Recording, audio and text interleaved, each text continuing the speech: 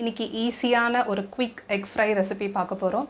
So egg அவிச்சு வச்சிட்டோம்னா இதை செய்கிறதுக்கு நமக்கு லெஸ் தேன் அ மினிட் தான் தேவைப்படும். ஸோ இதுக்கு தேவையான 2 முக்கியமான இன்க்ரீடியன்ட்ஸ் என்னென்னு பார்த்தீங்கன்னாக்கா உளுந்தும் இடித்த பூண்டும். அதுதான் வந்து இந்த ஃப்ரைக்கு நல்ல ஒரு ஃப்ளேவர் கொடுக்க போது. ரொம்ப சிம்பிள் ரெசிபி பாருங்கள்.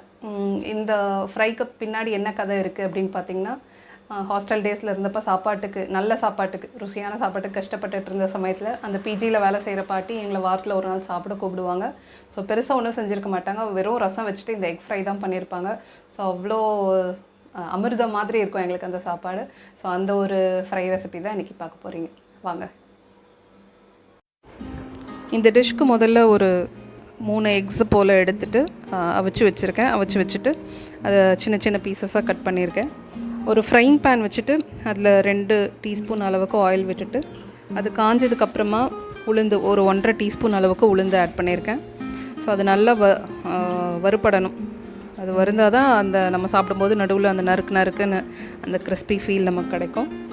ஸோ அது பொரிஞ்சதுக்கு பின்னாடி ஒரு 6 to 7 பல் பூண்டு எடுத்து ஒன்றும் பாதியமாக இடித்து அதே ஆயிலில் ஃப்ரை பண்ணுங்கள்.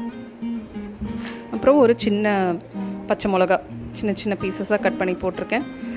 இன்னும் கூட ஃப்ளேவர் ஆட் பண்ணுறதுக்கு ஒரு 2 எனக்கு கருவேப்பிலை இதெல்லாம் ஒன்றா சேர்ந்து ஃப்ரை பண்ணி விடுங்க. ஒரு 1/2 டீஸ்பூன் அளவுக்கு மஞ்சப்பொடி, அது கூடவே 1 டீஸ்பூன் அளவுக்கு மிளகுத்தூள். ஸோ இதெல்லாம் தான் நல்ல ஃப்ளேவர் கொடுக்கும். அந்த ரா கார்லிக் ப்ளஸ் இந்த பெப்பர், அது கூட இந்த கருவேப்பிலை பச்சை மிளகா அதெல்லாம் சேர்ந்து ஒரு நல்ல அரோமா கிடைக்கும். ஓகே, ஸோ இதுக்கப்புறம் கட் பண்ணி வச்சுருக்க இந்த எக் பீசஸ் ஆட் பண்ணி ஒரு 2 மினிட்ஸ் போல் ஃப்ரை பண்ணி விடுங்க. கடைசியாக கொஞ்சம் சால்ட் தூவி ஒரு பிரட்டி இறக்கி விட்டுடுங்க. அவ்வளோதான். இது வந்து ரொம்ப நல்லாயிருக்கும். ரசம் சாதம்க்கும் கிள்ளு சாம்பாருக்கும் ஒரு பர்ஃபெக்ட் காம்பினேஷனாக இருக்கும். ட்ரை பண்ணி பாருங்கள்.